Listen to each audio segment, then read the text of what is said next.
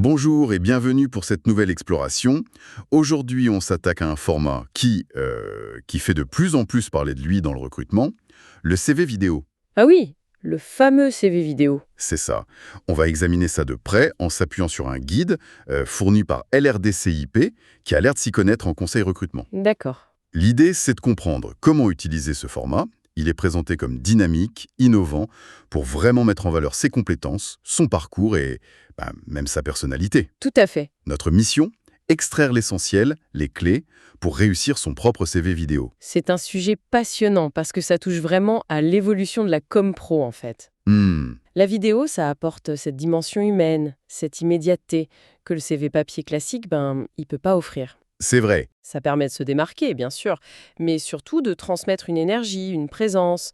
À une époque où le numérique et l'image sont partout, savoir maîtriser cet outil, ça devient presque une compétence en soi. Alors justement, par où on commence pour préparer ça? Le guide insiste d'abord sur une étape, elle peut sembler évidente, mais elle est fondamentale. Définir son objectif. Ah oui, la base. Pourquoi on fait cette vidéo? Pour une offre précise? Un stage? Ou c'est une démarche plus large pour se faire connaître sur son réseau? Apparemment, tout découle de ça. C'est un peu la boussole du projet, quoi. Sans objectif clair, on risque de partir un peu dans tous les sens. Logique? Et une fois cet objectif posé, le guide aborde la question du script. Et c'est là que ça devient intéressant parce qu'il propose une structure assez balisée. Oui, j'ai vu ça. Une structure en plusieurs temps. D'abord une intro courte, efficace. On se présente. Nom, âge, formation. Simple. L'exemple donné est très direct, hein. Bonjour, je m'appelle Marie Dupont, j'ai 25 ans et je suis diplômée en marketing digital.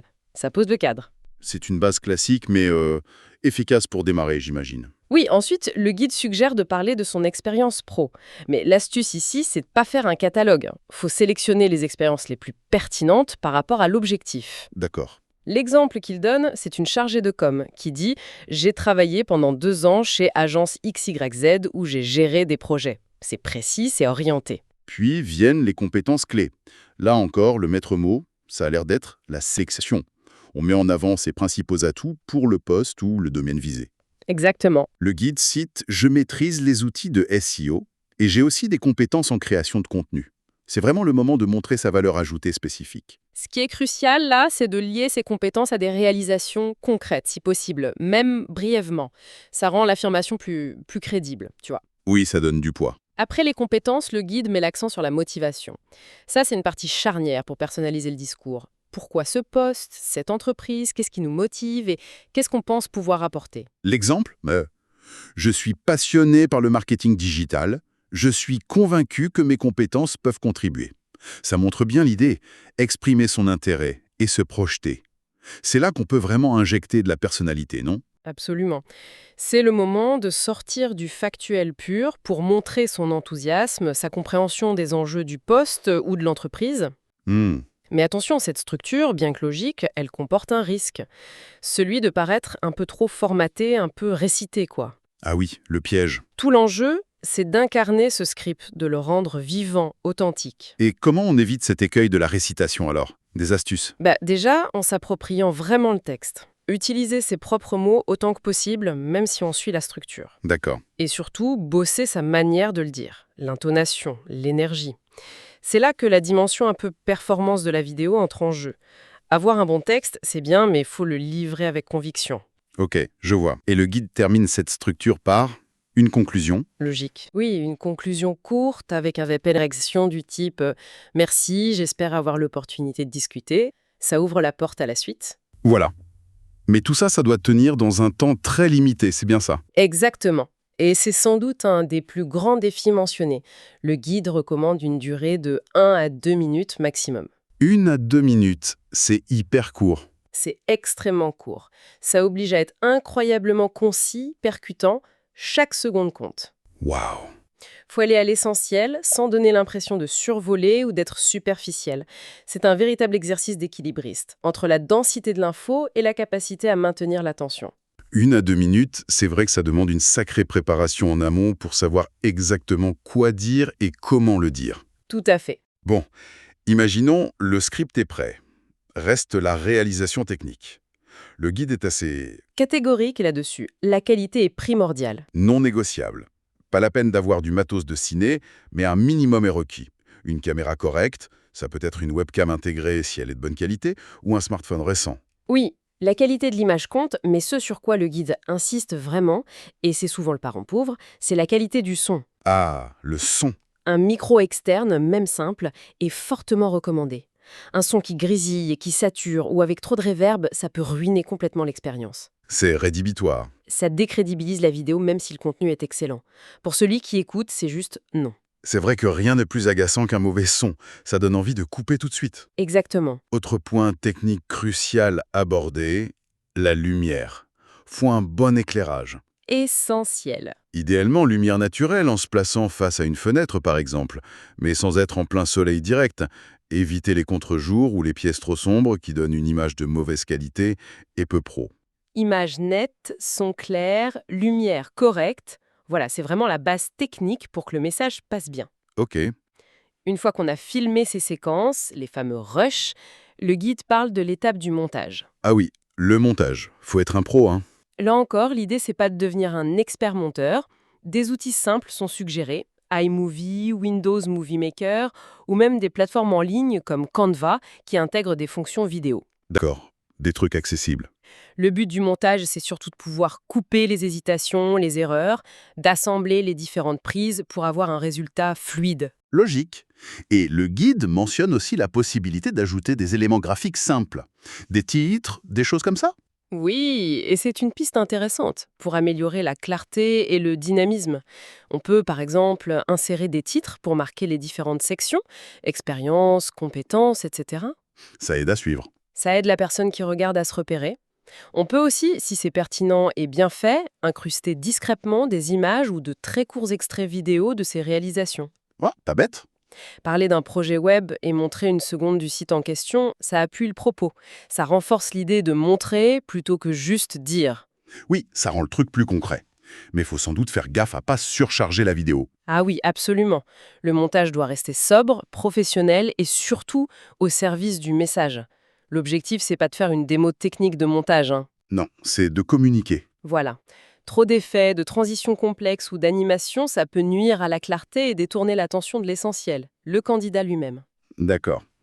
Donc on a le contenu, la technique, mais il y a aussi toute la dimension de la mise en scène, de l'image qu'on projette.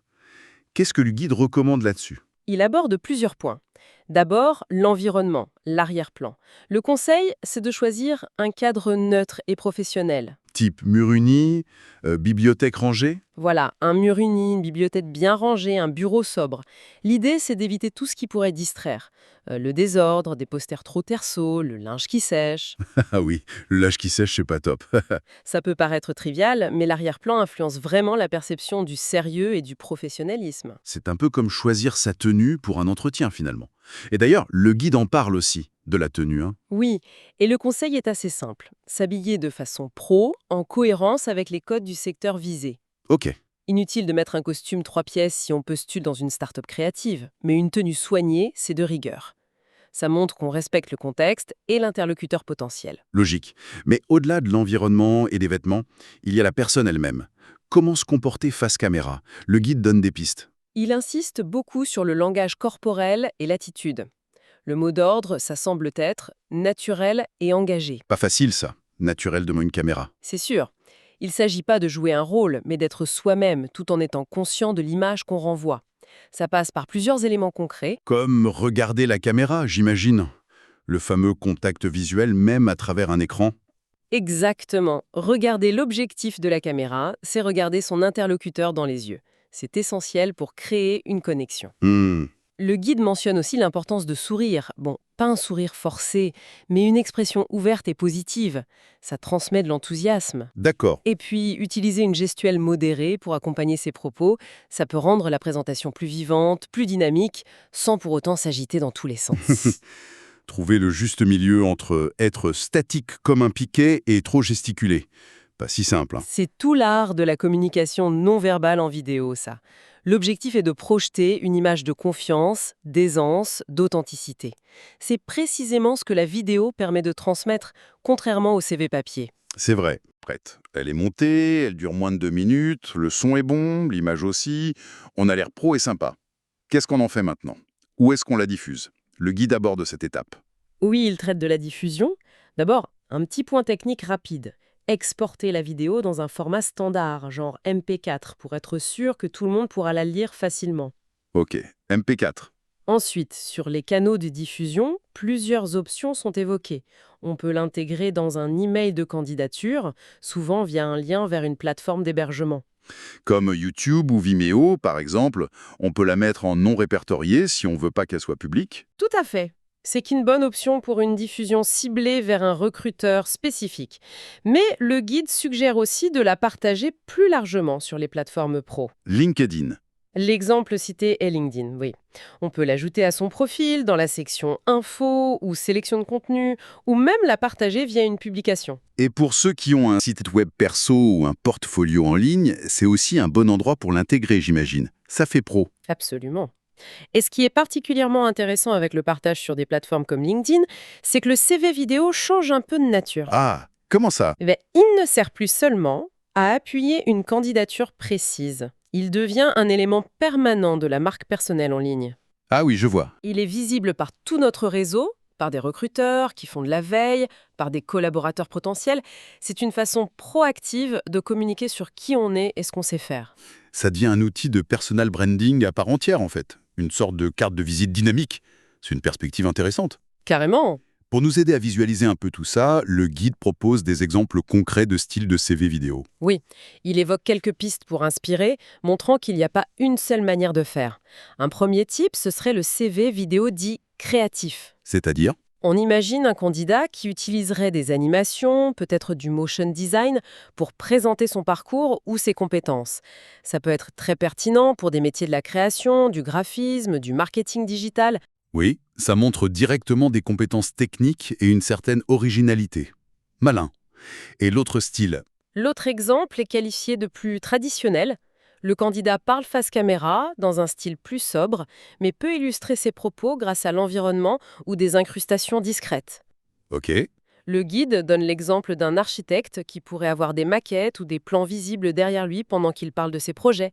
C'est plus classique dans la forme, mais tout aussi efficace si c'est bien exécuté et pertinent pour le secteur. Ce qui est bien avec ces exemples, c'est qu'ils montrent qu'on peut adapter le format à sa propre personnalité et surtout au domaine dans lequel on postule.